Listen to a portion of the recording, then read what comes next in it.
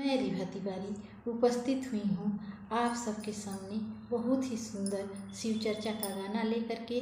तो चलिए बिना देर किए हुए हम आप लोग को शिव चर्चा का गाना सुनाते हैं। अगर मेरा चैनल सब्सक्राइब कर लिए हैं तो अच्छी बात है, नहीं किए हैं तो मेरे चैनल को सब्सक्राइब कर लीजिएगा और लाइक कमेंट करके बताइएगा कि गाना आप लोग को कैसा लगा। तो चलिए हम आप लोग को गाना सुनाते हैं। बन बीच कुहू के कोयलिया ओइसे ना हमके कुहकाई भोला जी। बन बीच कुहू के कोयलिया ओइसे ना हमके कुहकाई भोला जी। कि हम त धैले बानी रौरो ध्यानवा अंगन वामे आई भोला जी। कि हम त धैले बानी रौरो ध्यानवा अंगन वामे आई भोला जी। कि हम त धैले बानी रौरो ध्यानवा तो दया बरसाई भोला जी। हम त धैले बानी रौरो ध्यानवा तो दया बरसाई भोला जी। हम त धैले बानी रौरो ध्यानवा तो दया बरसाई भोला जी। बन बीच कुहू के कोयलिया ओइसे न हमके कुहकाई भोला जी।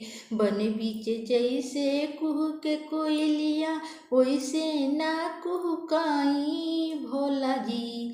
कि हम त धैले बानी रौरो ध्यानवा तो दया बरसाई भोला जी। कि हम त धैले बानी रौरो ध्यानवा तो दया बरसाई भोला जी। हम त धैले बानी रौरो ध्यानवा तो दया बरसाई भोला जी। सुगना से भेजनी संदेशवा सुनियाई भोला जी। सुगवा से भेजनी संदेशवा सुनियाई भोला जी। सुगवा से भेजनी संदेशवा सुनियाई भोला जी।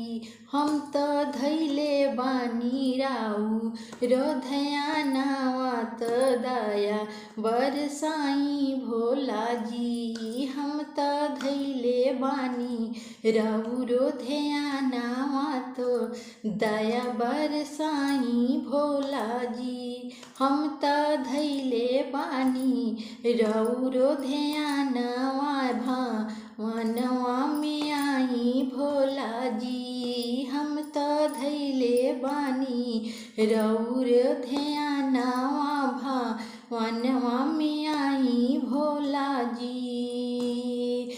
माथ पर के दुखवा हटाई ना तो हो जाई सहाय भोला जी। माथे पर के दुखवा हटाई तो हो जाई सहाय भोला जी। हम त धैले बानी रौरो ध्यानवा दया बरसाई भोला जी। हम त धैले बानी रौरो ध्यानवा अंगनवा में आई भोला जी। हम त धैले बानी रौरो ध्यानवा तो दया बरसाई भोला जी। हम त धैले बानी रौरो ध्यानवा तो दया बरसाई भोला जी।